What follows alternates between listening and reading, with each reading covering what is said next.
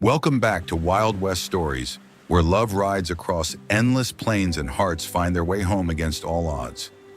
Today's tale takes us deep into the heart of Wyoming territory, to the small town of Silver Creek in the autumn of 1885, where the changing leaves aren't the only things transformed by time.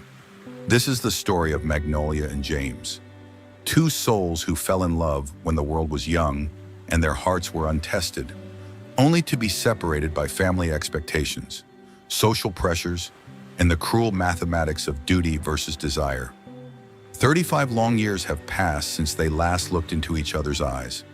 35 years of living separate lives, loving other people, and carrying the secret ache of what might have been. But sometimes, friends, the universe has a way of bringing people back together when the time is finally right. Sometimes the most beautiful love stories are written not in the spring of life, but in the autumn, when we finally understand the true value of what we've lost and found again. So settle in as we ride into a tale of second chances, enduring love, and the courage to embrace happiness, no matter what age the calendar claims you've reached. This is a story that proves love doesn't follow society's rules, doesn't check birth certificates, and certainly doesn't care what the neighbors think. In Silver Creek, Wyoming, two hearts are about to discover that some promises are too powerful to be broken by time, distance, or even decades of silence. Magnolia's heart stopped the moment she saw him across the churchyard. 35 years had carved lines into James's face, silvered his hair, but those eyes, those same green eyes that had promised her forever when they were 20, hadn't changed at all. The autumn wind swept through Silver Creek's main street with the kind of bite that promised winter wasn't far behind. October in Wyoming territory was a season of endings and beginnings, when the aspen leaves turned to gold, and the air itself seemed to shimmer with possibility. Magnolia Catherine Whitmore stood frozen beside her hired carriage, her black-gloved hands gripping the door handle so tightly her knuckles had gone white beneath the fine leather. She had returned to Silver Creek 3 days ago to settle her late-aunt's estate, expecting nothing more than dusty memories, legal paperwork, and perhaps a twinge of nostalgia for the girl she had once been. At 55, she was a woman of means and position, the widow of Harold Whitmore, one of Denver's most respected bankers. Her life was carefully ordered, socially appropriate, and utterly predictable. She hadn't expected James McCready. He stood near the white-painted steps of Silver Creek Methodist Church, his broad shoulders filling out a worn brown wool coat, his hair, once the color of summer wheat, now silver as morning frost on the grass.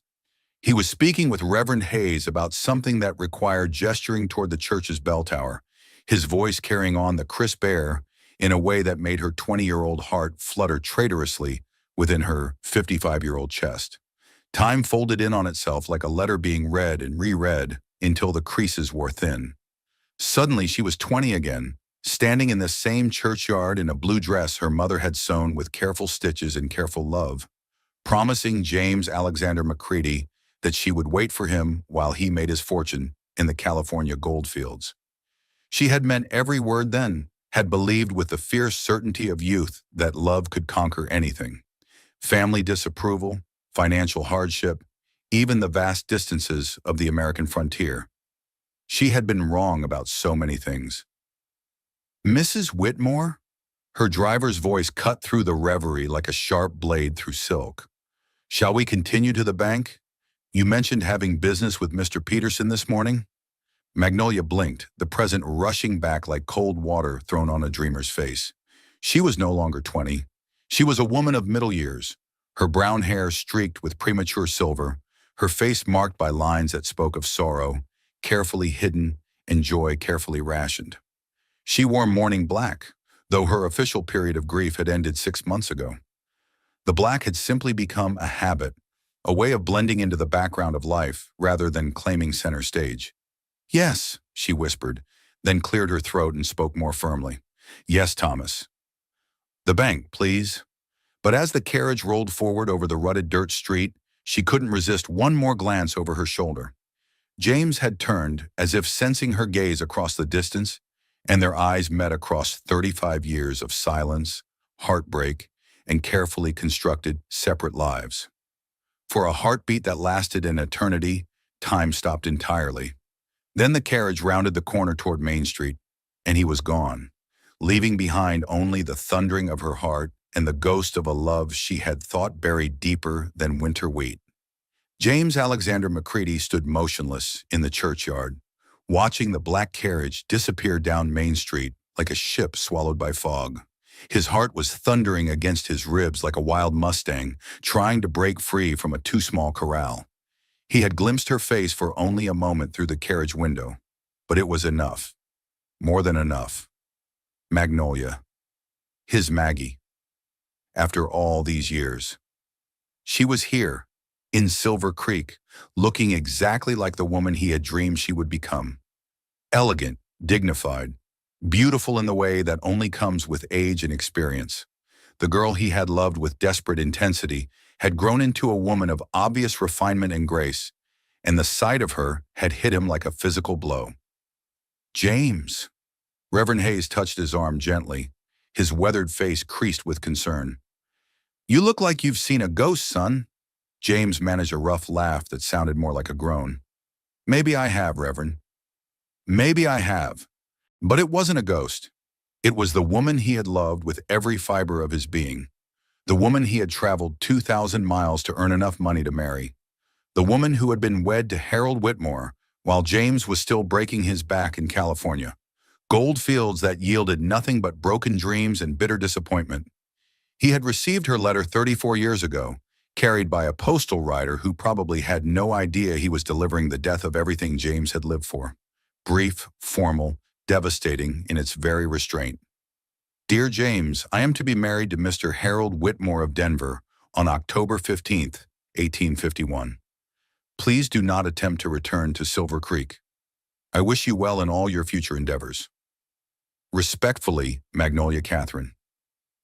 No explanation, no apology, no acknowledgement of the promises they had made to each other under the cottonwood trees by Silver Creek, the plans they had whispered in the darkness before he left for California, the love letters she had sent him during the first months of his absence. Just the cold, formal death of everything he had believed in.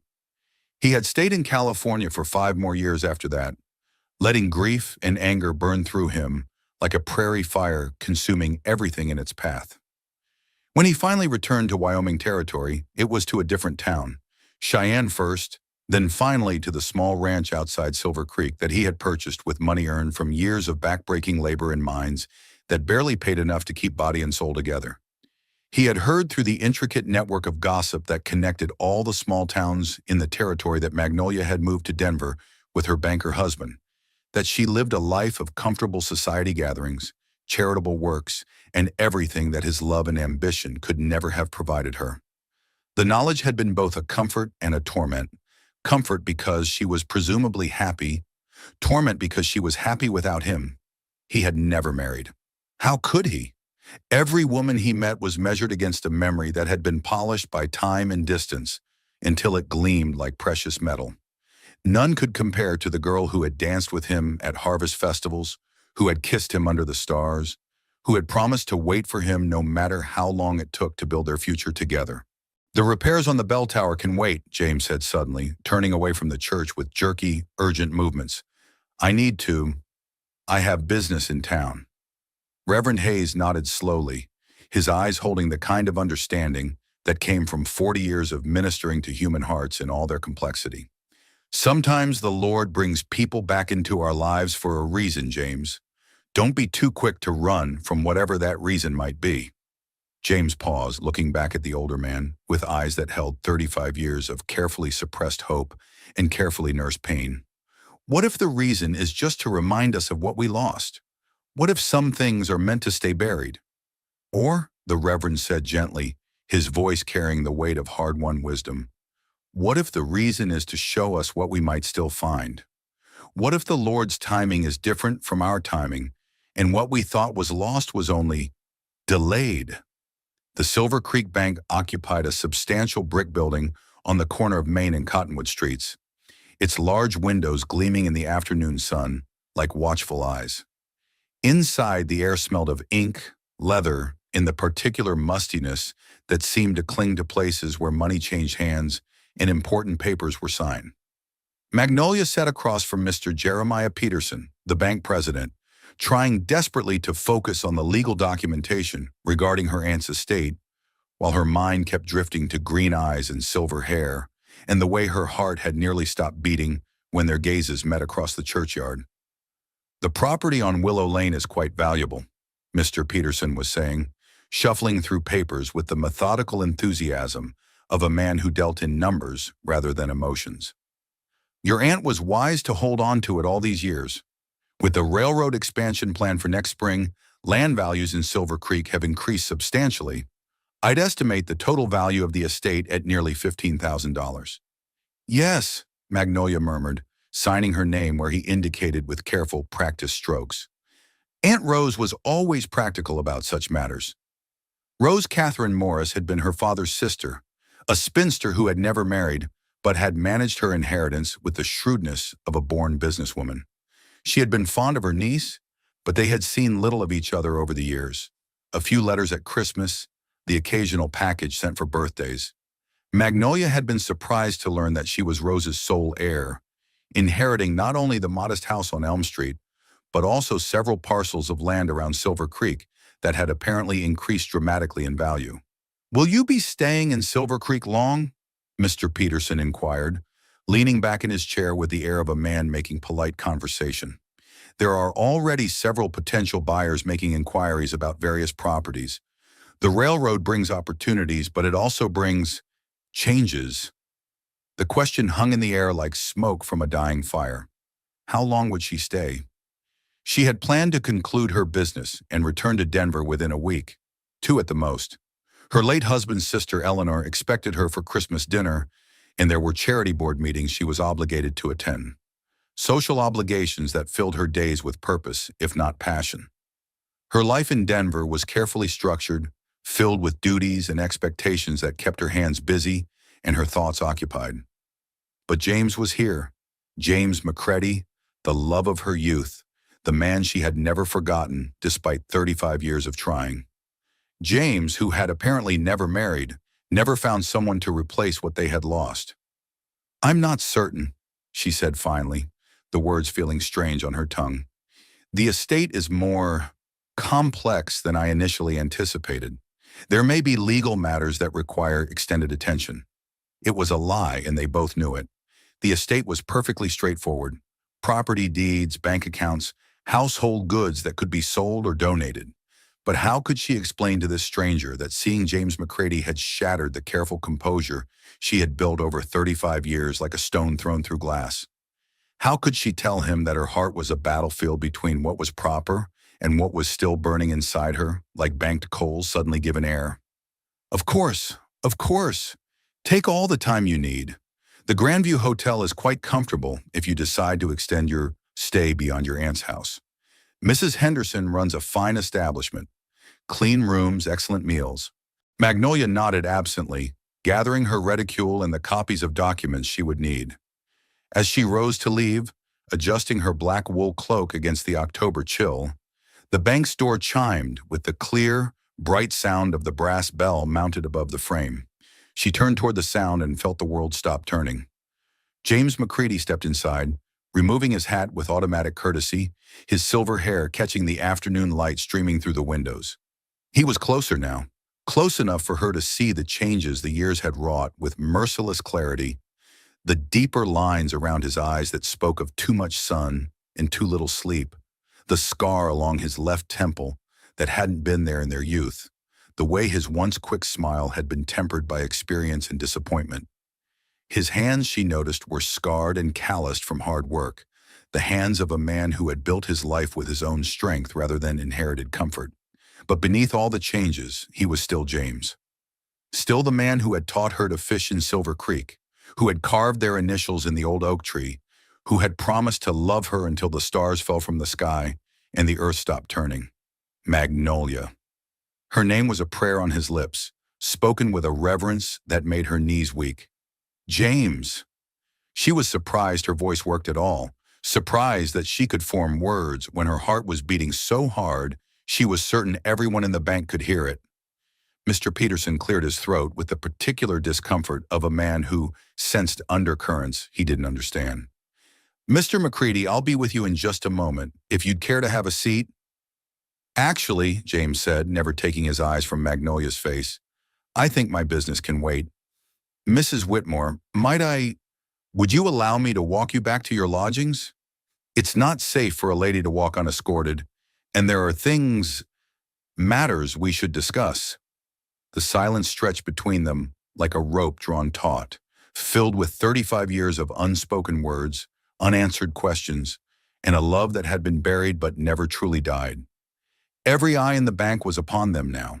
Mr. Peterson, with his carefully neutral expression, the young clerk who had stopped pretending to organize files, the farmer who had been waiting to make a deposit and was now frankly staring at the drama unfolding before him.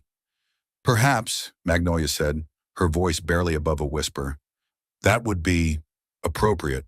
There are indeed matters that require clarification. James nodded once sharply, as if her acceptance was both a relief and a terror. Shall we? He offered her his arm with old-fashioned courtesy, and after a moment's hesitation, she took it. The contact, even through the layers of wool and cotton that separated them, sent electricity racing through her veins like lightning seeking ground. They walked out of the bank together, leaving behind a roomful of raised eyebrows and speculative whispers that would fuel Silver Creek's gossip mill for weeks to come. The afternoon sun painted Main Street in shades of gold and amber, highlighting the dust motes that danced in the air and the late-season flowers that still bloomed defiantly in window boxes despite the approaching winter. They walked without speaking for several minutes, their footsteps synchronized as if no time had passed at all, as if they were still young lovers strolling through town after church on Sunday mornings. Magnolia was acutely aware of James beside her, the sound of his breathing, the way his coat rustled when he moved, the careful way he adjusted his stride to match hers. She was aware, too, of the way people stopped to stare as they passed, of conversations that ceased abruptly when they drew near, of the weight of scrutiny that followed them like shadows. They're watching us, she murmured as they passed Henderson's Mercantile, where Mrs. Henderson herself stood in the doorway, with her mouth slightly agape. Let them watch, James replied, his voice carrying a note of steel she didn't remember from their youth. I've spent 35 years caring what people think, Magnolia. I'm not inclined to waste whatever time I have left on it. They reached the end of Main Street and continued toward Elm Street, where Rose's modest white house sat behind a picket fence that needed painting. The silence between them had grown heavy with the weight of everything that needed to be said and the uncertainty of where to begin. You never married, Magnolia said finally, the words emerging before she could stop them. James's stride faltered for just a moment. Number line never found the right woman. James, you married well, he continued, his voice carefully neutral. Harold Whitmore was a good man, from what I heard, successful, able to provide for you properly. The words carried undertones that made Magnolia's chest tighten with old guilt and new pain. He was a good man, she agreed quietly. He deserved better than I gave him. James stopped walking entirely then, turning to face her with eyes that held questions he was afraid to ask. What do you mean? Magnolia looked up at him, seeing the boy she had loved overlaid with the man he had become, and felt 35 years of carefully constructed walls beginning to crumble. You know what I mean, James. You know exactly what I mean. They stood there in the middle of Elm Street, two people suspended between past and present, while the autumn wind stirred the fallen leaves around their feet like scattered memories. The weight of unspoken truths hung between them, heavier than storm clouds gathering on the horizon. James studied her face with the intensity of a man trying to solve a puzzle that had tormented him for decades. Tell me, he said simply. Tell me why you married him when you promised to wait for me. Magnolia felt tears burning behind her eyes, tears she had held back for 35 years, tears that had been shed in the privacy of her bedroom in the months after her wedding, when the reality of what she had given up had hit her with the force of a physical blow. Could we go somewhere more private? These are not matters for the street. James nodded toward the small house behind the white picket fence. Your aunt's house? My house now, I suppose. The words felt strange. She had spent 35 years living in houses that belonged to other people. First her parents, then her husband. The idea of owning property in her own name was both liberating and terrifying. The house was exactly as Rose had left it, tidy, modest, filled with the accumulated treasures of a woman who had lived alone, but not lonely. Doilies covered every surface, books filled built-in shelves, and the parlor held a comfortable settee positioned to catch the afternoon light. Magnolia moved through the familiar rooms like a ghost returning to haunt old scenes, touching objects that held her aunt's essence. A china shepherdess on the mantel, a quilt draped over the rocking chair, photographs in silver frames that captured moments of a life lived quietly but fully. James remained standing near the door, his hat in his hands, his presence filling the small room in a way that made the walls seem closer together and the air harder to breathe. "Please," Magnolia said, gesturing toward the settee. "Sit, I'll make tea." "I don't want tea, Magnolia. I want answers." The words were spoken quietly, but they carried the weight of 3.5 decades of hurt and confusion. Magnolia sank into the rocking chair, her hands folded in her lap like a penitent preparing for confession. "My father was in debt," she began, the words coming slowly, painfully, like pulling splinters from an old wound. "Gambling debts. Far more than we knew, far more than the farm could ever cover. Men came to the house after you left, men with hard eyes and harder threats. They wanted their money and they didn't care how they got it." James sat heavily on the settee, his face pale with growing understanding. "How much?" $5,000, plus interest." James whistled low. In 1850, $5,000 was a fortune, more than most men earned in 5 years of hard labor. "Jesus, Magnolia, why didn't you write to me? I would have come back. We would have found a way." "With what?" "You were working claims that barely paid for beans and bacon. It would have taken you 20 years to earn that kind of money, if you ever earned it at all." She met his eyes, seeing the pain there, and feeling her own heart break all over again. "And even if you had found the money somewhere, it wouldn't have changed what my father was. He would have gambled it away within a year, and we'd have been right back where we started." "So you married Harold Whitmore." "Harold offered to pay the debts in exchange for marriage. All of them, plus enough to set my parents up comfortably for the rest of their lives." She was quiet for a moment, remembering the mixture of relief and despair she had felt when Harold had made his proposal. He was a good man, James. Kind, gentle, patient, with a wife who couldn't give him the love he deserved. "Because you loved me." It wasn't a question, but Magnolia answered it anyway. "Because I loved you. Because every day of my marriage I thought about what might have been if I had been brave enough to choose love over duty." James was silent for a long moment, his hands clenched into fists on his knees. When he spoke, his voice was rough with emotion. "I waited. Even after your letter, I waited. I kept thinking you would write again, that you would explain. When the wedding announcement appeared in the Denver papers, I finally understood." "Understood what?" "That I had been a fool to think someone like you could love someone like me. That Harold Whitmore could give you everything. A grand house, servants, a place in society, while I was just a dreamer with empty pockets and bigger dreams than sense." Magnolia rose from her chair and moved to kneel beside the settee, her hands covering his fisted ones. "James, no. It was never about what you could give me. It was never about money or status or any of those things." "Then what was it about?" She looked into his eyes and saw not just the pain of the present moment, but echoes of the confusion and heartbreak that had haunted him for decades. The truth lay between them like a loaded gun, dangerous to touch, more dangerous to ignore. "It was about what I thought I owed my family, what I thought was right and proper and noble." She paused, gathering the courage for the hardest part. "And it was about fear." "Fear of what?" "Fear that if I asked you to save us, you would try. Fear that you would give up your dreams and your future for my problems. Fear that you would come back and marry me out of obligation instead of love, and that someday you would wake up and resent me for it." Her voice dropped to a whisper. "Fear that love wouldn't be enough to overcome the weight of that much sacrifice." James turned his hands palm up beneath hers, capturing her fingers and holding them gently. "You were wrong, you know." "About what?" "About love not being enough. Love would have been everything, Magnolia. It would have been worth any sacrifice, any hardship. I would have worked my fingers to the bone to pay those debts and considered myself the luckiest man alive to do it." The tears she had been holding back for 35 years finally spilled over, tracking down her cheeks like the first rain after a drought. I know that now. I've known it for 35 years. But I was 20 years old and terrified. And I thought I was being noble and self-sacrificing. I thought I was saving you from a life of hardship. You were saving me from the only life I wanted. The words hung in the air between them like a bridge that neither was sure they should cross. James reached up slowly, giving her time to pull away, and brushed the tears from her cheeks with his thumbs.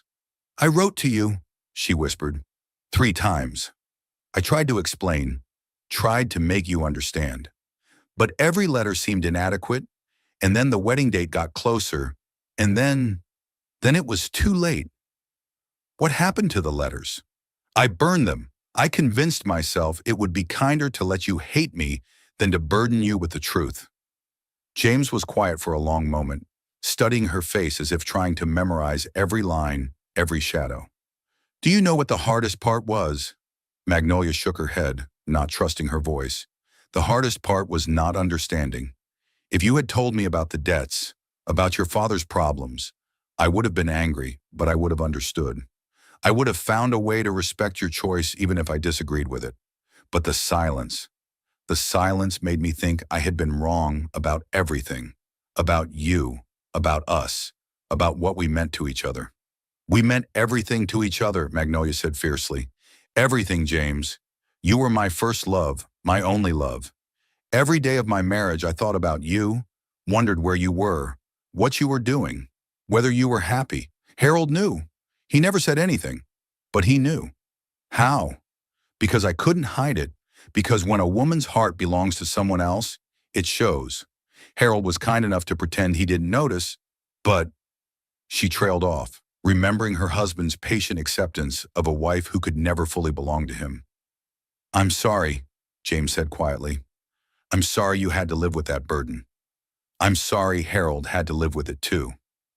They were both quiet for a moment, thinking about the price that had been paid by everyone involved in the choices made 35 years ago. What happens now? Magnolia asked finally.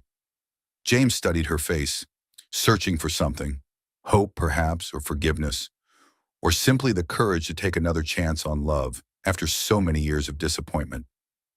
I don't know, he admitted. I know I'm not the same man who left Silver Creek in 1850. I'm older, harder, set in my ways. I know you're not the same girl I fell in love with. We're different people now. Yes, Magnolia agreed, we are. But I also know that seeing you today, it was like coming home after 35 years of being lost. And if there's a chance, even a small chance, that we could find our way back to each other. What are you saying, James? He took her hands in both of his, holding them as if they were something precious and fragile. I'm saying I'd like to try. I'd like to see if 2 people who loved each other once could learn to love each other again. I'd like to find out if second chances are real or just something people tell themselves to make the loneliness bearable. Magnolia felt her heart racing like a young girl's, felt hope blooming in her chest like flowers after a long winter. The town will talk. Let them talk. We're not young anymore, James. We're past the age when people expect romance and passion. Are we? Because I look at you and I feel exactly the same as I did 35 years ago. Terrified and hopeful and completely, utterly lost. She smiled through her tears, seeing the young man she had loved overlaid with the mature man he had become. What do you propose we do about it? I propose we start over. I propose we court each other properly this time, with no secrets between us and no one else's expectations to meet. I propose we find out who we are now and see if those people can build something beautiful together. A courtship, Magnolia repeated, tasting the word like wine. At our age? Especially at our age, we've earned the right to take our time, to do things properly. We've earned the right to choose happiness. Outside, the sun was beginning to set, painting the small parlor in shades of gold and crimson. Somewhere in the distance, a church bell chimed the hour, marking time in a world that suddenly seemed full of possibility again. Yes, Magnolia said quietly. Yes, James McCready, I would like that very much. James smiled then, the first real smile she had seen from him, the smile that had captured her heart when she was 17 years old and standing by the church after Sunday service. Well then, Miss Magnolia Catherine, he said with mock formality, might I have the honor of calling on you tomorrow evening? I believe there are several dozen years of conversation we need to catch up on. I believe you're right, Mr. McCready. I believe you're absolutely right. The next evening arrived with the kind of crisp October air that made everything seem sharper, clearer, as if the world had been washed clean by the first hint of winter. Magnolia found herself changing clothes 3 times before James was due to arrive, discarding dress after dress as either too formal, too casual, too cheerful, or too somber for the occasion. She finally settled on a dress of deep forest green wool that Rose had given her several Christmases ago. Elegant but not ostentatious, the color bringing out the gold flecks in her brown eyes while complementing her silver-streaked hair. She arranged her hair more carefully than she had in months, pinning it up in a style that was fashionable but not severe, and found herself checking her reflection in the mirror with the anxiety of a woman preparing for her first courtship call, which in many ways this was. At precisely 7 o'clock, James knocked on her front door.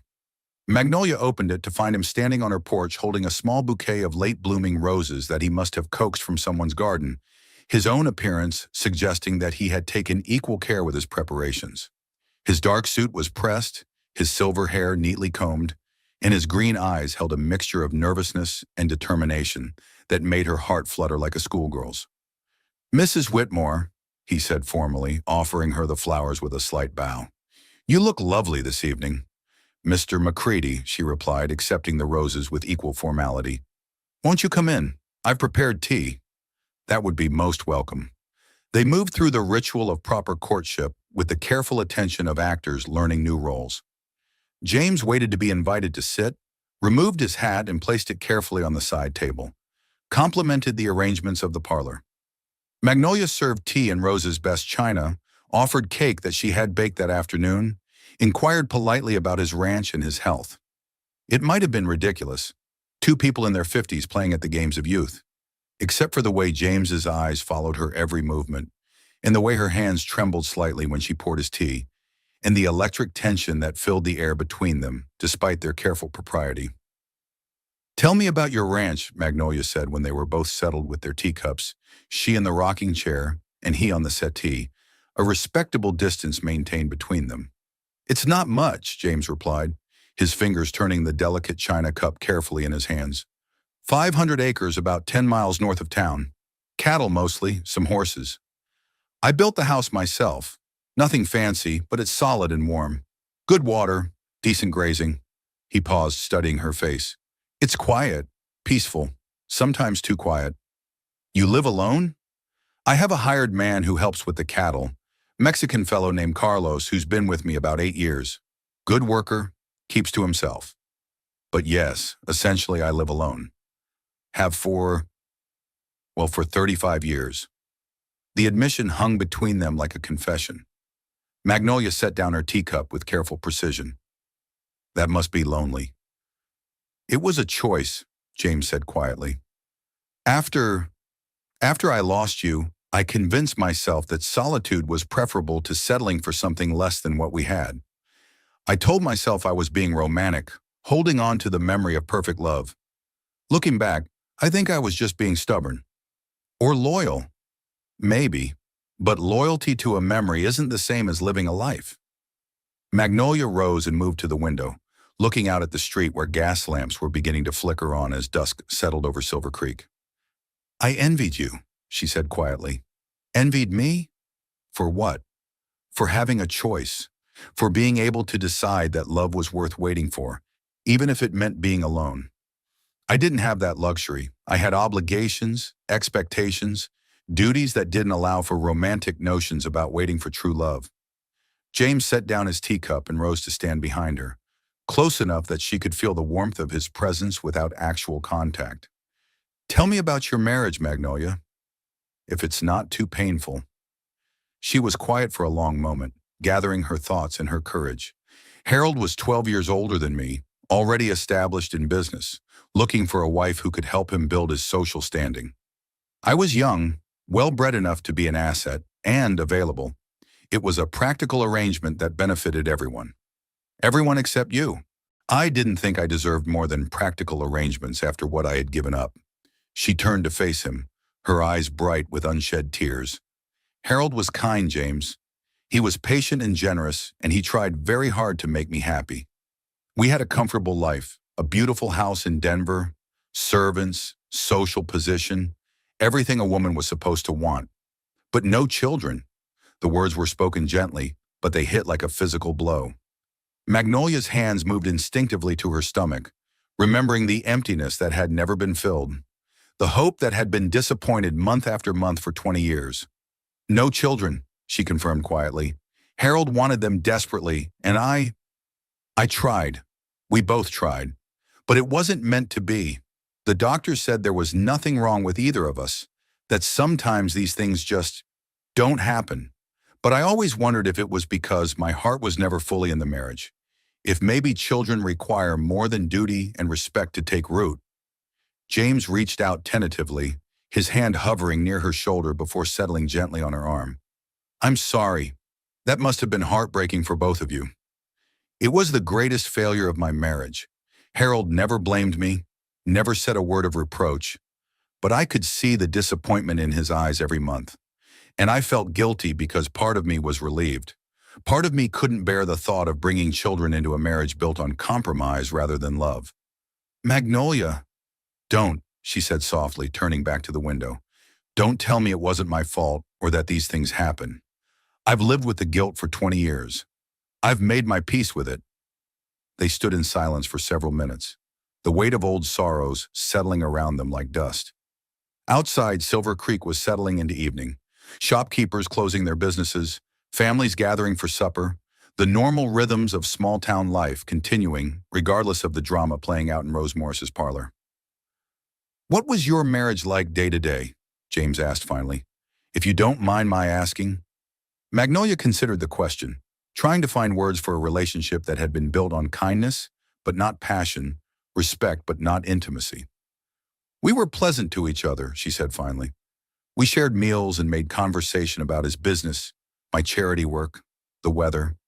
We attended social functions together and presented a united front to the world. Harold read the newspaper in the evenings while I did needlework. On Sundays, we went to church and afterward visited friends or received visitors ourselves. It sounds civilized, Magnolia supplied. Proper. Exactly what a marriage between two well-bred people should be, according to society's expectations. And was it enough? The question hung in the air like a challenge. Magnolia turned to face James fully, seeing the man who had been willing to work his hands raw in California goldfields to build a future with her, who had dreamed of a different kind of life entirely. No, she said simply, it was never enough. But I told myself it was more than many women had, more than I deserved after the choice I had made. I told myself that contentment was better than passion, that security was better than uncertainty. I told myself a lot of lies, James. What kind of lies?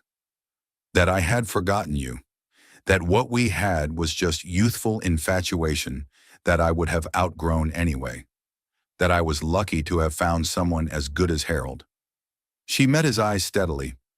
The biggest lie was that I was happy. James stepped closer, close enough that she could see the fine lines around his eyes, the way the lamplight brought out the silver in his hair. And now? Are you happy now? The question was loaded with implications, with possibilities that terrified and exhilarated her in equal measure. I don't know, she admitted. I've been numb for so long, I'm not sure I remember what happiness feels like. But when I saw you yesterday, it was like waking up after a very long sleep. Everything suddenly felt more vivid, more real, more possible. That's exactly how I felt, James said softly, like I'd been holding my breath for 35 years and could finally exhale. They moved closer together without conscious thought, drawn by forces stronger than propriety or common sense. When James reached up to cup her face in his hands, Magnolia didn't pull away. When he leaned down to brush his lips against hers in the gentlest of kisses, she rose to meet him. The kiss was nothing like the passionate embraces of their youth. It was careful, tentative, weighted with the knowledge of how much they had both lost and how much they stood to lose again. But it was also achingly sweet, full of recognition and forgiveness, and the fragile hope that some things could be reclaimed even after decades of separation. When they broke apart, both were breathing unsteadily. "I should go," James said, though he made no move to step away from her. "It's not proper for me to stay so late, and people will talk if they see lights burning in your parlor after 9 o'clock. "Let them talk," Magnolia said, surprising herself with the steel in her voice. "I'm 55 years old, James. I've spent 35 years caring what people think, and where has it gotten me? Alone in a house that isn't even really mine, with no children to remember me and no grand love story to look back on." "What are you saying?" "I'm saying I don't want to waste whatever time we have left worrying about propriety and expectations. I'm saying I want to find out if we can build something beautiful together, even if we're starting with gray hair and creaking joints instead of smooth skin and boundless energy." James smiled, the expression transforming his weathered face. "Are you proposing to court me, Miss Magnolia?" "I'm proposing that we court each other, that we take our time and do it right this time, but that we not let other people's opinions dictate our choices. The town will be scandalized." "Good," Magnolia said with surprising firmness. "Maybe it's time Silver Creek had something interesting to talk about." James laughed, a sound of pure delight that filled the small parlor like music. "You know what? You're absolutely right. Maybe it is time." He retrieved his hat from the side table and settled it on his silver hair, but instead of heading for the door, he turned back to her, with eyes that sparkled with mischief. "Mrs. Whitmore," he said formally, "would you do me the honor of allowing me to escort you to church on Sunday morning? I believe it's time Silver Creek saw us together in the light of day." "Mr. McCready," she replied with equal formality, "I would be delighted. And perhaps afterward, you might join me for dinner at the hotel? Mrs. Henderson sets an excellent table, and I think the dining room would provide a perfect opportunity for the town to observe our renewed acquaintance." Magnolia felt a thrill of nervous excitement race through her veins. Walking into the Grandview Hotel dining room on James McCready's arm would be tantamount to announcing their intentions to the entire town. There would be no going back after that, no pretending this was just a friendly reunion between old acquaintances. "I think that sounds wonderful," she said. James moved to the door, then paused with his hand on the knob. "Magnolia, are you sure about this? Really sure? Because once we walk into that dining room together, everyone will know. And some people won't be kind about it." Magnolia thought about the choices she had made 35 years ago, about the life of quiet desperation she had built on the foundation of duty and propriety. She thought about Harold, who had deserved a wife who could love him completely, and about the children who had never been born, and about the dreams she had buried so deep she had almost forgotten they existed. "I'm sure," she said firmly. "For the first time in 35 years, I'm absolutely sure." James's smile was like sunrise after the longest night. "Then I'll see you Sunday morning, my dear. And Magnolia?" "Yes? Wear something beautiful. I want every person in that church to see how lovely you are." After he left, Magnolia stood at the window, watching his tall figure disappear into the darkness, her heart racing with equal parts terror and exhilaration. She had just committed herself to a course of action that would shock Silver Creek society and probably result in weeks of gossip and speculation. She couldn't wait. The next few days passed in a blur of preparation and anticipation. Magnolia threw herself into the task of making Rose's house truly her own, rearranging furniture, sorting through belongings, and making small improvements that transformed the space from a shrine to the past into a home for the future. She also made a shocking decision that would have scandalized her Denver friends. She packed away her mourning clothes and retrieved from the bottom of her trunk several dresses in colors that had been forbidden to her for over 2 years. She chose the dress for Sunday morning with care, a gown of deep sapphire blue silk that brought out her eyes and complemented her silver-streaked hair. It was elegant without being ostentatious, fashionable without being frivolous. It was the dress of a woman who was ready to step back into life. On Friday evening, she received an unexpected visitor. Mrs. Abernathy, the unofficial leader of Silver Creek's social elite, arrived on her doorstep with the determined air of a woman on a mission. "Magnolia, dear," she said, sweeping into the parlor without waiting for an invitation, I felt I simply had to speak with you. As a friend, you understand. Mrs. Abernathy was a woman in her early 60s who had appointed herself the guardian of propriety in Silver Creek. She was not unkind, but she was rigid in her beliefs about appropriate behavior and had little tolerance for anything that challenged the established social order. "How lovely to see you, Mrs. Abernathy," Magnolia replied politely, gesturing toward the settee. "May I offer you tea?" "That won't be necessary, dear. I won't be staying long." Mrs. Abernathy settled herself on the edge of the settee, as if prepared for immediate flight. "I wanted to speak with you about certain rumors that are circulating around town." "Rumors?" "About you and James McCready. People are saying, they're saying all sorts of things about renewed acquaintance and romantic intentions." Mrs. Abernathy's voice carried the tone of someone delivering news of a terminal illness. "I'm sure it's all innocent, of course, but appearances matter, my dear, especially for someone in your position." "My position?" "A widow of standing, a woman who has always conducted herself with the utmost propriety. The town looks to you as an example of proper behavior." Magnolia felt her spine straighten, a flash of her younger self's spirit blazing to life. "I appreciate your concern, Mrs. Abernathy, but I'm not sure I understand what you're suggesting." "I'm suggesting that perhaps it would be wise to limit your association with Mr. McCready. He's a decent man, of course, but he's never moved in the best social circles. And at your age, romance is a young person's game, don't you think? Surely friendship would be more appropriate." The words hit Magnolia like a slap, not because they were particularly cruel, but because they echoed every doubt and fear she had carried for the past week. Was she being foolish to think about what, dear? About romance being a young person's game, about friendship being more appropriate than love, about limiting my association with a man who makes me happier than I've been in 35 years. Magnolia rose from her chair, moving to stand near the fireplace where she felt less vulnerable. "I understand that my renewed acquaintance with Mr. McCready may seem unusual to some people, but I'm not a young girl who needs guidance about matters of the heart. I'm a woman of 55 who has lived long enough to know the difference between propriety and happiness." Mrs. Abernathy's eyes widened with something approaching shock. "Magnolia, surely you're not suggesting that you intend to pursue this association despite the talk it will cause?"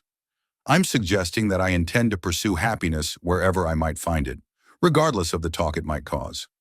"But the scandal, the gossip, think of what people will say." "I've spent 35 years thinking about what people will say, Mrs. Abernathy. And do you know what it's gotten me? A marriage built on duty rather than love, a life of quiet desperation disguised as respectability, and the knowledge that I threw away the greatest love of my life because I was too concerned with propriety to fight for what I wanted." Mrs. Abernathy rose from the settee, her face flushed with indignation. "Well, I can see that you're determined to make a spectacle of yourself, regardless of the consequences. I had hoped that a woman of your background would have more sense." "Perhaps," Magnolia said quietly. "What you call sense, I call cowardice. And perhaps I've been a coward long enough." After Mrs. Abernathy left in a rustle of offended dignity, Magnolia sat alone in her parlor, her hands trembling slightly from the confrontation. She had just burned her bridges with Silver Creek society, had declared her intention to pursue a course of action that would make her the subject of gossip and speculation for months to come. But instead of feeling frightened or regretful, she felt liberated. For the first time in 35 years, she had stood up for what she wanted instead of what was expected of her. For the first time since she was 20 years old, she was choosing love over duty. Sunday morning couldn't come fast enough.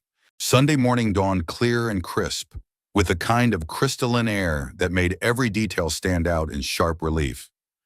The last golden leaves clinging to the cottonwood trees, the frost that sparkled on the grass like scattered diamonds, the blue sky that stretched endlessly over the Wyoming landscape.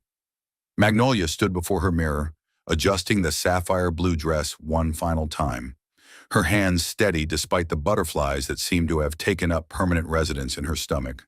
She had slept poorly, her dreams filled with memories of her youth and fears about the future.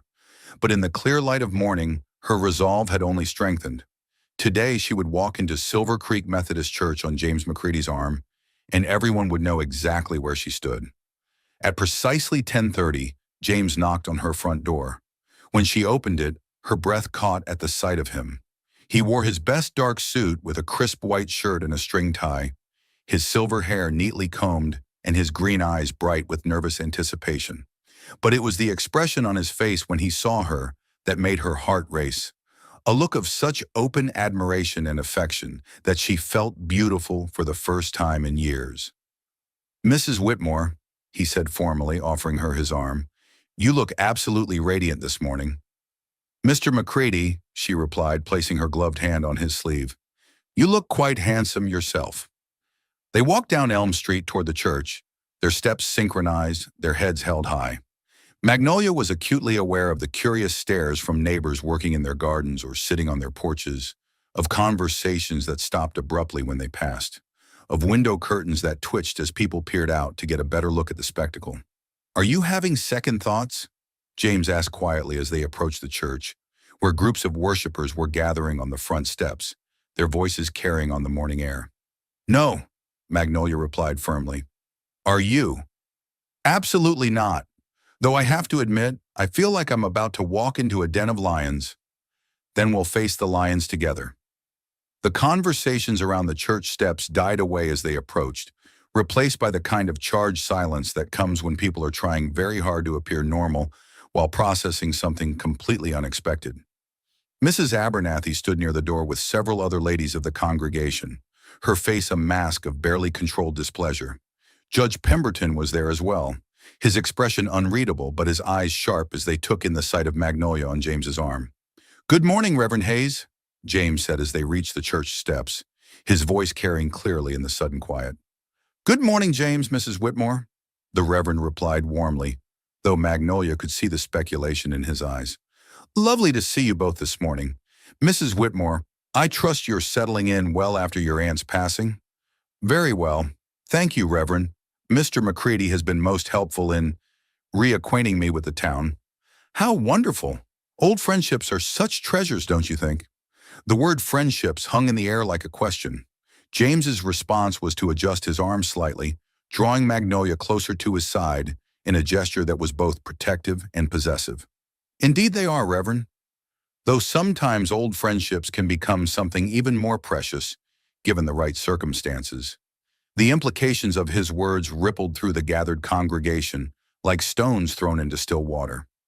Magnolia heard Mrs. Coolidge's sharp intake of breath, saw the Jameson sisters exchange meaningful glances, felt the weight of dozens of eyes upon her. "Shall we go in?" she suggested, her voice calm despite the racing of her heart. They entered the church together, James's hand warm and steady on her arm, their heads held high despite the whispers that followed in their wake. The sanctuary was already nearly full, but conversations died away as they made their way down the center aisle to the third pew from the front. The same pew where Magnolia's family had sat when she was a girl, the same pew where she had dreamed of sitting beside James as his wife. As they settled into their seats, the whispers resumed with renewed intensity. Behind them, Magnolia could hear Mrs. Abernathy's voice rising above the murmur.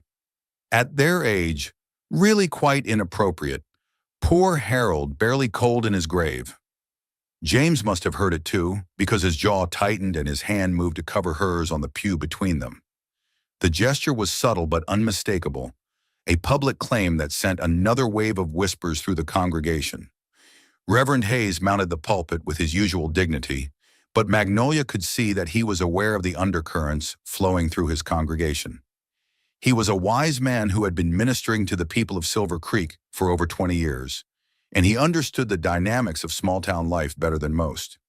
"Friends," he began, his voice carrying easily through the sanctuary, "I had planned to speak this morning about the parable of the talents, about using God's gifts wisely and not burying them in the ground. But as I looked out at all of you this morning, I felt called to speak instead about a different kind of gift." He paused, his eyes sweeping over the congregation, lingering for just a moment on Magnolia and James. "I want to speak about the gift of second chances, about the way God sometimes brings people back into our lives when we least expect it, offering us opportunities to reclaim what we thought was lost forever." Magnolia felt her cheeks grow warm as several heads turned toward their pew. James's hand tightened slightly on hers. Scripture tells us that there is a time for everything under heaven, Reverend Hayes continued.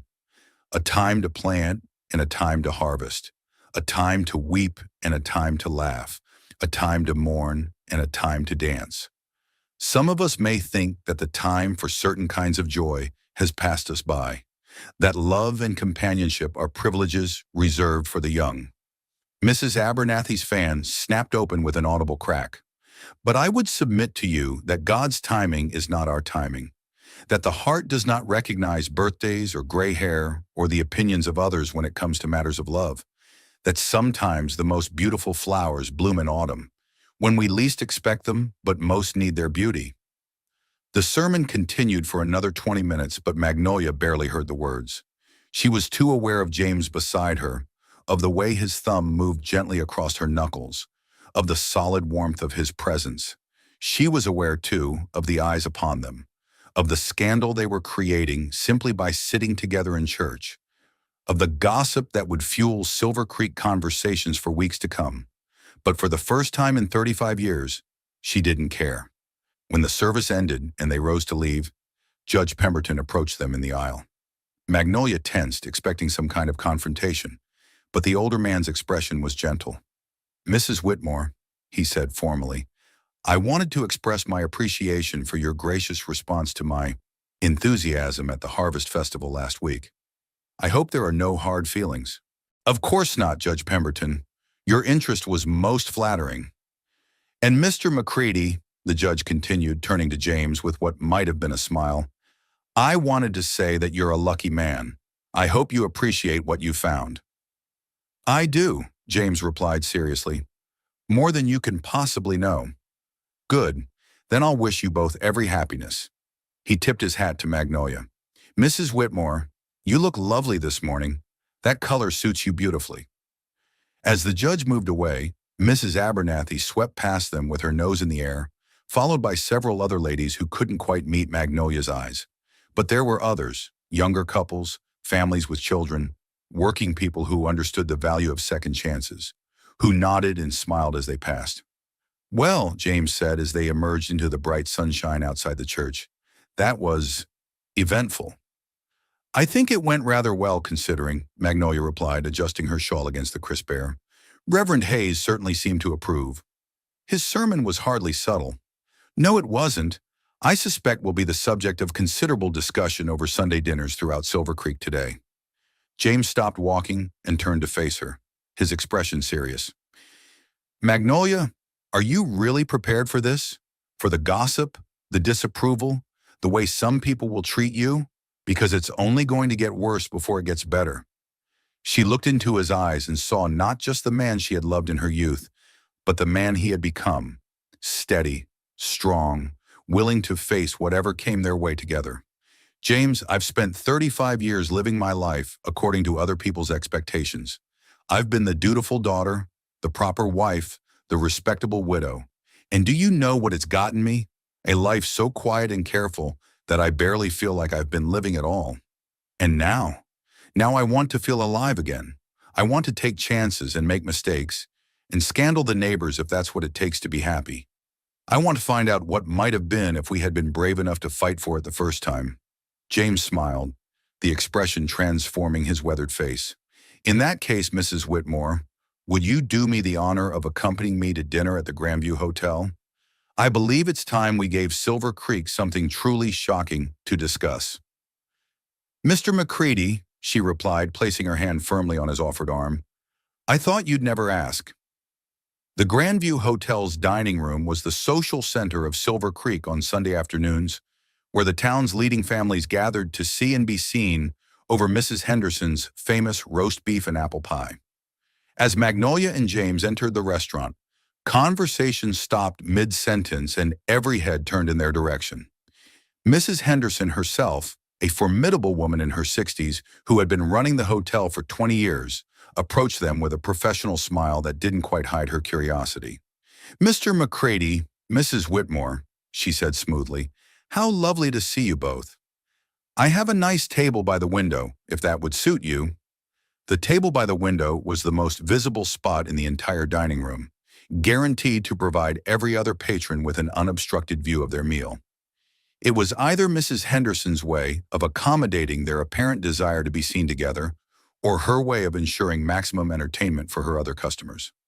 "That would be perfect," James replied, helping Magnolia into her chair with old-fashioned gallantry. As they settled at their table, the buzz of conversation gradually resumed around them, though Magnolia could feel the weight of covert glances and hear fragments of whispered speculation. The Jameson sisters sat at a corner table, their heads bent together in animated discussion. The Coolidges kept stealing glances in their direction between courses. Mrs. Abernathy had apparently decided not to grace the hotel with her presence, but her absence was almost as pointed as her presence would have been. "I feel like we're on display in a museum," Magnolia murmured as she studied her menu. "Good," James replied cheerfully. "Let them look. Let them see that we're not ashamed of what we feel for each other." Their meal passed pleasantly, despite the attention they were receiving. James told her about his ranch, describing the house he had built with his own hands, the cattle he raised, the simple pleasures of a life lived close to the land. Magnolia found herself relaxing as she listened, imagining what it would be like to wake up each morning to views of rolling grassland and distant mountains instead of Denver's busy streets. "What will you do about your house in Denver?" James asked as they shared a piece of Mrs. Henderson's famous apple pie. "Sell it," Magnolia said without hesitation. "I've already written to a real estate agent. There's nothing there for me now, just furniture and memories that belong to someone else's life." "And your commitments there? The charity boards, the social obligations?" "They'll find other proper widows to fill those roles." She met his gaze steadily. "I'm resigning from propriety, James. I've served my time." James reached across the table to cover her hand with his, a gesture so natural and intimate that several women at nearby tables gasped audibly. "Magnolia," he said quietly, "I need you to understand something. If we continue down this path, and I hope we do, it's not going to be easy. Some people will never accept us, will never approve of what we're doing. They'll call us foolish, inappropriate, even scandalous. Are you prepared for that?" Magnolia thought about the life she had left behind in Denver, the endless round of social obligations, the careful conversations that never touched on anything real or important, the loneliness that had followed her through crowded rooms full of acquaintances who knew nothing about her heart. "James," she said firmly, "I would rather be scandalous with you than respectable without you." His smile was like sunrise after the longest night. "In that case, my dear Magnolia, I have something to ask you." He reached into his vest pocket and withdrew a small velvet box that looked old and well-handled. The dining room fell completely silent as he opened it to reveal a simple gold ring set with a modest but beautiful sapphire. "This was my mother's ring," he said, his voice carrying clearly in the hushed room. "I've been carrying it for 35 years, hoping someday I might have the chance to give it to you." Magnolia's breath caught in her throat. Around them she could hear the sharp intake of breath from other diners, the rustle of fabric as people leaned forward to get a better view. "Magnolia Catherine Whitmore," James continued, his eyes never leaving her face. "Will you marry me?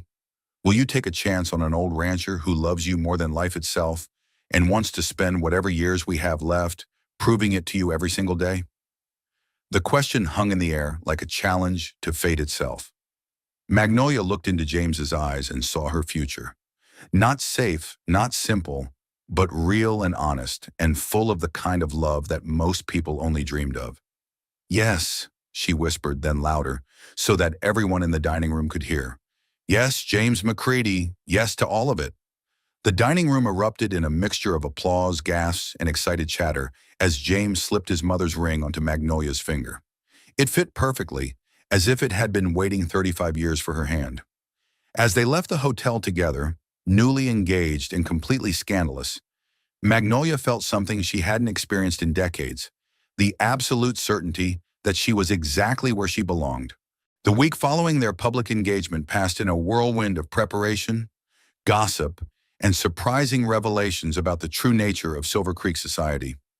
Magnolia discovered that while the town's social elite might disapprove of her choices, the ordinary working people, the shopkeepers, farmers, and families trying to build lives on the frontier, were far more supportive than she had expected. Mrs. Patterson, who ran the dry goods store, offered to help alter her wedding dress. The young couple who operated the bakery promised to make a cake that would be worthy of such a romantic story. Even the gruff blacksmith, Mr. O'Brien, stopped James on the street to shake his hand and declare that it's about time someone showed these stuffy folks that love don't have an expiration date. But not everyone was pleased with their announcement. On Wednesday evening, as Magnolia was sorting through Rose's belongings and deciding what to keep for her new life, she received an unexpected visitor. Harold's sister, Eleanor, had traveled all the way from Denver, her face set in lines of disapproval that made her look older than her 60 years. "Magnolia," she said without preamble as she swept into the parlor, "I came as soon as I received your telegram. Surely you cannot be serious about this. This engagement." Eleanor Whitmore. Pemberton was everything that Harold had not been, sharp where he had been gentle, judgmental where he had been accepting, rigid where he had been flexible. She had never approved of her brother's choice of wife, considering Magnolia too young and too provincial for a man of Harold's position, and the years had done nothing to soften her opinion. "I am completely serious," Magnolia replied calmly, gesturing toward the settee. "Would you care for tea? You must be tired from your journey." "I don't want tea. I want an explanation for this madness." Eleanor perched on the edge of the settee like a bird ready for immediate flight. "Harold has been dead for barely 2 years, and already you're throwing yourself at some rancher you knew as a girl." "I'm not throwing myself at anyone. James asked me to marry him, and I accepted." "James!" Eleanor's voice dripped with disdain. "You speak of him with such familiarity. How long has this inappropriate attachment been developing?" Magnolia felt her temper, which had been dormant for so many years she had almost forgotten she possessed it, begin to stir. "Our attachment, as you call it, developed 35 years ago. We were in love then, and we're in love now." 35 years ago? Eleanor's eyes widened with scandalized understanding. "Do you mean to tell me that you were carrying on with this man while you were married to my brother?" "I was not carrying on with anyone," Magnolia said sharply. "I hadn't seen James McCready from the day I married Harold until the day I returned to Silver Creek last month. But yes, I loved him 35 years ago, and that love never died." "How dare you!" Eleanor rose from the settee, her face flushed with indignation. "How dare you dishonor Harold's memory with such admissions? He loved you, Magnolia. He gave you everything, his name, his fortune, his devotion, and this is how you repay him?" "I gave Harold 20 years of my life," Magnolia replied, rising to face her sister-in-law. 20 years of duty, respect, and genuine affection. "I was a faithful wife, Eleanor. I never dishonored him with word or deed. But I cannot pretend that I loved him the way a wife should love her husband, because we both know that would be a lie. Harold never complained, because Harold was a gentleman who understood exactly what our marriage was, a practical arrangement that benefited both our families. He knew I didn't love him, Eleanor. He knew it from the beginning, and he married me anyway because he thought affection and respect would be enough."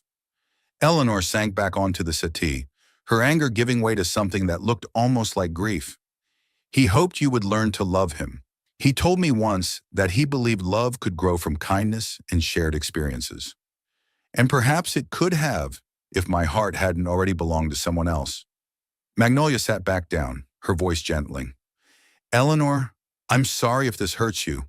I know you loved Harold, and I know he was a good man who deserved better than I could give him, but I can't spend the rest of my life atoning for the fact that I couldn't manufacture feelings that simply weren't there. And this James McCready, you think you love him? I know I love him. I've loved him for 35 years, and seeing him again has only confirmed what I've always known, that he's the other half of my soul."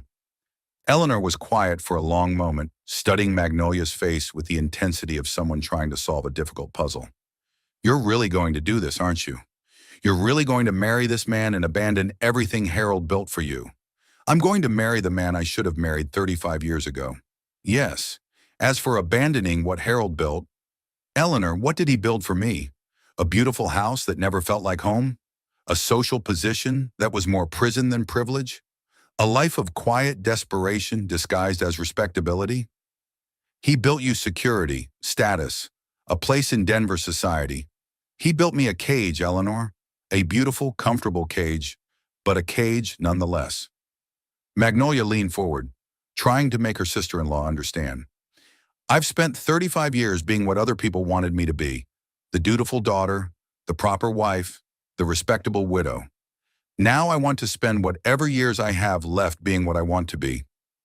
And what is that? Happy, Magnolia said simply. Just happy. Eleanor gathered her things with the stiff dignity of a woman who had lost an argument she had been certain she would win. At the door, she paused and turned back. I'll never understand this choice, Magnolia, but I suppose Harold would want you to be happy, even if I don't approve of how you're going about it. After Eleanor left, Magnolia sat alone in the growing dusk, feeling drained by the confrontation, but also oddly liberated. She had faced down the disapproval of Harold's family and emerged with her convictions intact. For the first time since Harold's death, she felt truly free. The next morning brought a different kind of challenge.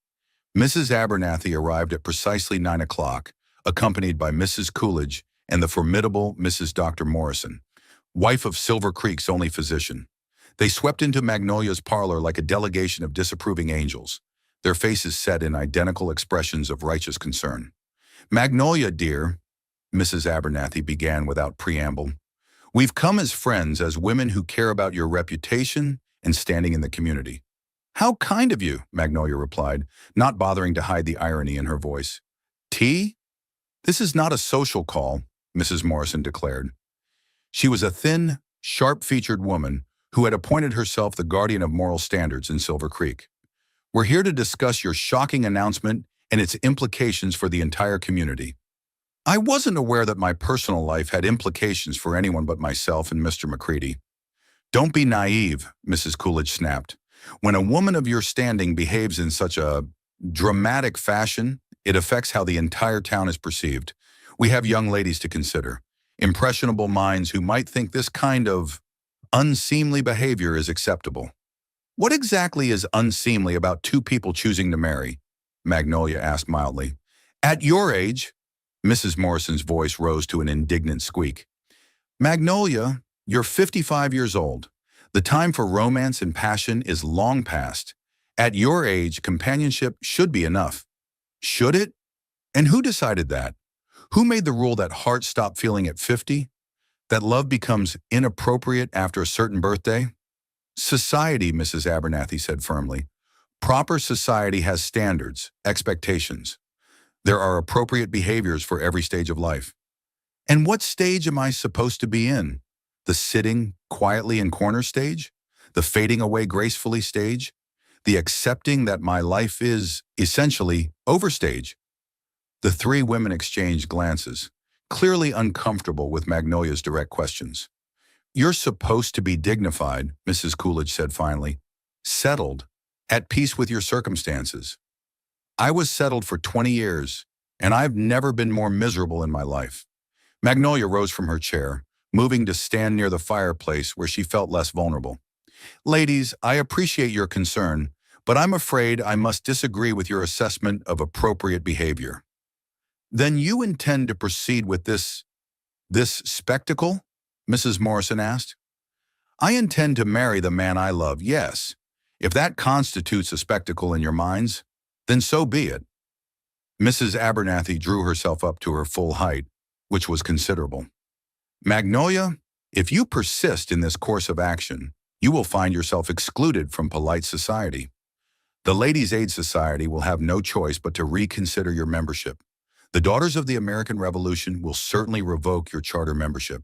You will be ostracized by everyone who matters in this community. Will I? Magnolia felt a strange calm descending over her, the kind of peace that comes when all the cards are finally on the table. And tell me, Mrs. Abernathy, what has my membership in polite society brought me? What has all my proper behavior and careful respectability accomplished? It has given you standing, respect. It has given me loneliness, Magnolia interrupted. It has given me a life so careful and constrained that I barely recognize myself. It has given me the regret of knowing I threw away true love for the approval of people who will forget my name the moment I'm dead." Mrs. Coolidge gasped. "Magnolia! No, let me finish. You want to ostracize me from polite society? Please do. I'm resigning anyway. I'm resigning from a world where love is considered inappropriate, where happiness is less important than appearances, where a woman's value is determined by how quietly she disappears into the background." Mrs. Morrison's face had gone pale. "You're hysterical." "I'm liberated," Magnolia corrected. "For the first time in 35 years, I'm making choices based on what I want instead of what others expect. And if that horrifies you, then perhaps you should examine your own lives and ask yourselves whether following society's rules has made you happy." The three women left in a flutter of outraged dignity, but their departure felt more like a victory than a defeat. Magnolia watched them go with a sense of profound relief, as if she had just shed a heavy coat that had been weighing her down for decades.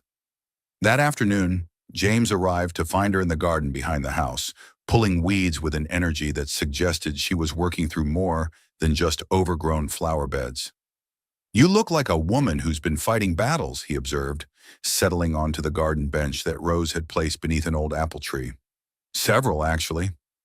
Magnolia sat back on her heels, pushing a strand of hair away from her face with the back of her gloved hand. "Eleanor came yesterday, and the Holy Trinity of Silver Creek propriety paid me a visit this morning. And I apparently scandalized them all thoroughly. Eleanor thinks I'm dishonoring Harold's memory, and Mrs. Abernathy thinks I'm corrupting the moral fiber of the entire community." James was quiet for a moment, studying her face. "Are you having second thoughts?" "About what?" "About us. About marriage. About giving up your position in society for a life that will probably include a lot more weeding and a lot less afternoon tea." Magnolia looked at him. This man who had waited 35 years for a second chance, who was offering her a life of honest work and genuine companionship instead of empty social obligations, and felt her heart swell with certainty. "James McCready," she said, rising from the ground and moving to sit beside him on the bench, "I have spent 35 years regretting the choice I made when I was 20. I will not spend whatever years I have left regretting the choice I'm making now. Even if it means giving up everything you've built in Denver, your house, your social position, your security." "What security?" "The security of knowing I'll die alone in a house full of beautiful things that mean nothing to me. The security of a bank account that can't buy love or companionship or the feeling of being truly alive." She took his hand in both of hers. "James, the only security I want is the security of knowing I'm loved by someone who sees me, really sees me, and loves what he finds." "You know I see you," he said softly. "I see the girl who argued with the preacher about the story of Job because she couldn't bear the idea of God being unfair. I see the woman who just told the most powerful ladies in Silver Creek that she didn't care about their approval. I see my Magnolia, and I love every stubborn, passionate, beautiful inch of her." "Then stop worrying about whether I'm making the right choice," she said firmly. "I've made my choice, James. I choose you. I choose us. I choose love over duty, happiness over respectability, passion over propriety. And I'm not looking back." James smiled, the expression transforming his weathered face. "In that case, my dear, I have a proposition for you." "Oh, I think we should stop worrying about what everyone else thinks and start planning our wedding. A real wedding, the kind we should have had 35 years ago." "What did you have in mind?" "Something simple but beautiful. Something that celebrates what we found instead of apologizing for what we've lost. Something that makes it clear to everyone in Silver Creek that we're not ashamed of loving each other." Magnolia felt excitement bubbling up in her chest like champagne. "When?" "Soon. Before the first snow. While the weather's still good. I've waited 35 years to marry you, Magnolia. I don't want to wait any longer than necessary." "Neither do I," she said, leaning against his shoulder and feeling, for the first time in decades, like she was exactly where she belonged. They spent the rest of the afternoon making plans, their voices mixing with the sound of wind in the apple tree and the distant laughter of children playing in the street. For the first time since she had returned to Silver Creek, Magnolia felt not just hopeful about the future, but excited about it. The scandal they were causing would be talked about for years to come, but as James had pointed out, they would be too busy living their lives to care what people said about them. And that, Magnolia thought as she watched the sun set behind the mountains, sounded absolutely perfect. The wedding of Magnolia Whitmore and James McCready took place on a Tuesday morning in November, with more snow than guests and more love than either of them had dared hope for. It was exactly the kind of celebration that would have scandalized Silver Creek society under normal circumstances. Small, intimate, and completely focused on the couple rather than on making a social impression. Magnolia had insisted on a simple ceremony from the beginning. "I had the elaborate wedding 35 years ago," she told James as they planned their future over coffee in her kitchen. "This time, I want it to mean something." She chose to wear a dress of deep midnight blue silk that had belonged to Rose, altered to fit by Mrs. Patterson from the dry goods store, who had volunteered her services with surprising enthusiasm. The color brought out Magnolia's eyes and complemented her silver-streaked hair beautifully, making her look not like a woman trying to recapture her youth, but like a woman who had finally learned to embrace her own beauty. James wore his best dark suit with a vest of gray wool and a string tie that had been his father's. His silver hair was neatly combed, his face freshly shaved, and his hands betrayed only the slightest tremor as he adjusted his collar for the third time while waiting for the ceremony to begin. The witnesses were few but meaningful. Reverend Hayes and his wife, of course, Judge Pemberton, who had graciously offered his congratulations and his services if needed, Carlos Mendoza, who worked on James's ranch and had become something of a friend over the years, Mrs. Patterson and her husband from the dry goods store, and, to everyone's surprise, Mrs. Abernathy, who had appeared at the church door just as the ceremony was about to begin. "I may not approve," she had announced to the small gathering, her chin held high and her hands clutched tightly around her prayer book, "but I'll not have it said that Magnolia Whitmore was married without proper witnesses. Some traditions matter more than personal opinion." The ceremony itself was brief and beautiful, taking place in the small sanctuary of Silver Creek Methodist Church, decorated with the last chrysanthemums of the season and branches of golden aspen leaves that Carlos had gathered from the mountains. Reverend Hayes had chosen his words carefully, speaking about love that endures through time and separation, about second chances and the courage to embrace happiness regardless of what others might think. "Marriage," he said, his voice carrying clearly through the small sanctuary, "is not just about joining two lives, but about joining two stories. James and Magnolia, your stories began together many years ago, took different paths for a time, and have now converged again at exactly the moment when you were both ready to appreciate what you had found. This is not a coincidence. This is grace." When the time came for vows, James spoke first, his voice steady despite the emotion that threatened to overwhelm him. "Magnolia, 35 years ago, I promised to love you until the stars fell from the sky. I kept that promise even when I thought I would never see you again, even when I thought our story was over. Today I make that promise again, not as a young man who thinks love can conquer anything, but as a man who has learned that real love doesn't conquer. It endures. It waits. It hopes. It forgives. I promise to love you, honor you, and cherish you for whatever time we have left, whether that's 35 days or 35 years." Magnolia's voice was clear and strong as she responded, her eyes never leaving James's face.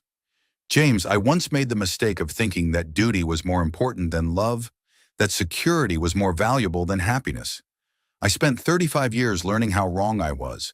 Today I choose love over duty, passion over propriety, joy over safety. I promise to be your partner in all things, to support your dreams and share your burdens, to love you not in spite of the time we've lost, but because of what that time has taught us about the value of what we found." When Reverend Hayes pronounced them husband and wife, James kissed his bride with the tenderness of a man who had waited 35 years for this moment, and the passion of a man who knew exactly how precious such moments were. The small congregation applauded. Mrs. Abernathy dabbed at her eyes with her handkerchief, and somewhere in the distance, the church bell rang out across Silver Creek, announcing to the world that love had won. The reception was held at James's ranch, a modest but comfortable house surrounded by rolling grassland that stretched to the foothills of the mountains. It was Magnolia's first visit to what would now be her home, and she walked through the rooms that James had built with his own hands, touching furniture he had crafted during long winter evenings, looking out windows that framed views she would wake up to for the rest of her life. The house was solidly built, but clearly the home of a bachelor, functional rather than decorative, comfortable rather than elegant. The parlor held a stone fireplace that dominated one wall, built-in bookshelves filled with volumes on ranching, history, and surprisingly, poetry. The kitchen was spacious and well-appointed, with a large table that could seat 8 people and windows that looked out over the pastures where James's cattle grazed. "It's not much compared to what you're used to," James said, following her as she explored what was now their home. No servants, no grand staircases, no fancy furniture. "It's perfect," Magnolia said and meant it. "It feels like home." "Does it? Because I was thinking, if you wanted to make changes, add some feminine touches." Magnolia turned to face him, seeing the uncertainty in his eyes, the fear that perhaps she would find his simple life inadequate after the luxury of her Denver existence. "James," she said softly, moving to stand before him, "I don't want to change your house. I want to share it. I want to learn how to make bread in that beautiful kitchen and read books by that enormous fireplace and wake up every morning to views of the mountains instead of city streets. I want to plant a garden come spring and learn how to help with the cattle and find out what it feels like to build a life instead of just maintaining one." Relief flooded his features. "You really mean that?" "I really mean it. This house, this life, it's real, James. It's honest. After 35 years of living in a beautiful museum, I want to live in a home." The reception dinner was simple but delicious. Beef from James's own cattle, vegetables from neighbors' gardens, bread baked by Mrs. Patterson, and a cake created by the young couple who ran the bakery in town. The guests were few but genuine in their good wishes, and the conversation flowed easily around the large kitchen table. Judge Pemberton raised a toast with elderberry wine that Carlos had contributed from his own stores. "To James and Magnolia," he said, his voice carrying the weight of judicial authority, "who have reminded us all that love doesn't follow society's calendar, that the heart makes its own rules, and that sometimes the most beautiful stories are the ones that take a lifetime to unfold." As the afternoon faded into evening and their guests began to depart, Magnolia found herself standing on the front porch with James, watching the sun set behind the mountains in a blaze of gold and crimson. The air was crisp with the promise of winter, but the house behind them glowed with warmth and the promise of shared tomorrows. "Mrs. McCready," James said softly, testing the sound of her new name. "Mrs. McCready," she repeated, liking the way it felt on her tongue. "I think I could get used to that. Are you having any regrets about the life you're leaving behind, the security you're giving up?" Magnolia thought about her house in Denver, with its formal parlors and carefully arranged furniture, its servants and social obligations and empty rooms. She thought about the charity board meetings that had filled her days without fulfilling her heart, about the dinner parties where she had smiled and made conversation while feeling completely alone. "The only regret I have," she said, leaning into James's warmth, "is that we waited so long to find our way back to each other." "We're here now," he said, his arms coming around her. "That's what matters." "Yes," she agreed, feeling the absolute rightness of being in his arms, in this place, at this moment. "We're here now."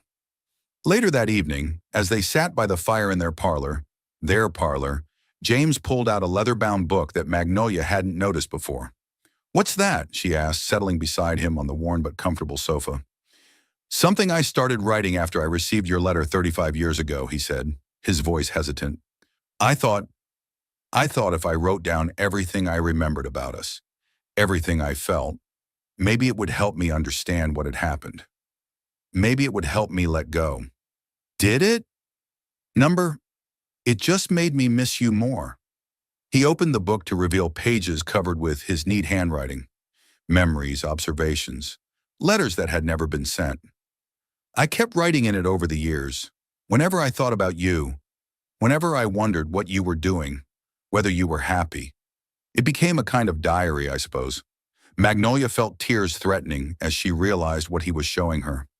35 years of love preserved in ink and paper, proof that she had never been forgotten, never been replaced. "James, I want you to have it," he said, placing the book in her hands. "I want you to know that every day we were apart, you were still with me. You were still the most important part of my story." She opened the book to a random page and saw her own name surrounded by words of love, longing, and hope that had sustained him through decades of solitude. It was more precious than jewelry, more valuable than any gift she had ever received. "Thank you," she whispered, unable to trust her voice for more. "Thank you for coming back to me," he replied. "Thank you for giving us a second chance." They sat together by the fire, reading passages from James's journal, sharing stories of the years they had spent apart, planning the life they would build together.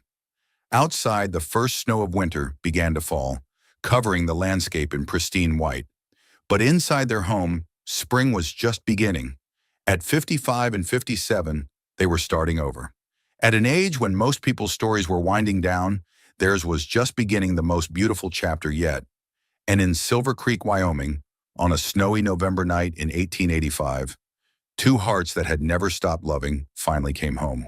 And so ends our tale of Magnolia and James, two souls who discovered that love doesn't follow calendars or bow to societal expectations. Their story reminds us that the heart doesn't retire, that passion doesn't have an expiration date, and that sometimes the most beautiful chapters of our lives are written when we think the story's nearly done. In a world that often tells us love is for the young, Magnolia and James proved that the deepest, truest love often comes to those who have lived long enough to understand its value. They showed us that it's never too late for a second chance, never too late to choose happiness over duty, never too late to be brave enough to follow your heart home. Magnolia learned that security built on compromise is no security at all, that a life lived according to other people's expectations is barely a life at all. James learned that some promises are worth keeping even when they seem impossible, that waiting for the right person is better than settling for the wrong one, and that love delayed is not love denied. It's love refined by time and tested by separation. Together, they taught Silver Creek, and perhaps taught us, that propriety is cold comfort compared to passion, that respectability is a poor substitute for genuine happiness, and that scandalizing the neighbors is a small price to pay for finding your soulmate. Their wedding may have shocked the town, but their love story inspired it. Years later, when other couples faced similar choices between duty and desire, between safety and passion, people would remember Magnolia and James and find courage in their example. Because love, real love, is always worth fighting for. It's worth waiting for. It's worth the whispers and the gossip and the disapproval of people who have forgotten what it feels like to be truly alive. Thank you for joining us on this journey through the Wild West, where love conquered time, distance, and the fear of what others might think. If this story touched your heart, please like this video, share it with someone who needs to hear that love has no expiration date, and subscribe to Wild West Stories for more tales of courage, romance, and second chances on the frontier. Remember, friends, your story isn't over yet. Sometimes the best chapters are still waiting to be written. Sometimes love comes not with the passion of youth, but with the wisdom of experience. Sometimes the most beautiful flowers bloom in autumn, when we least expect them, but most need their beauty.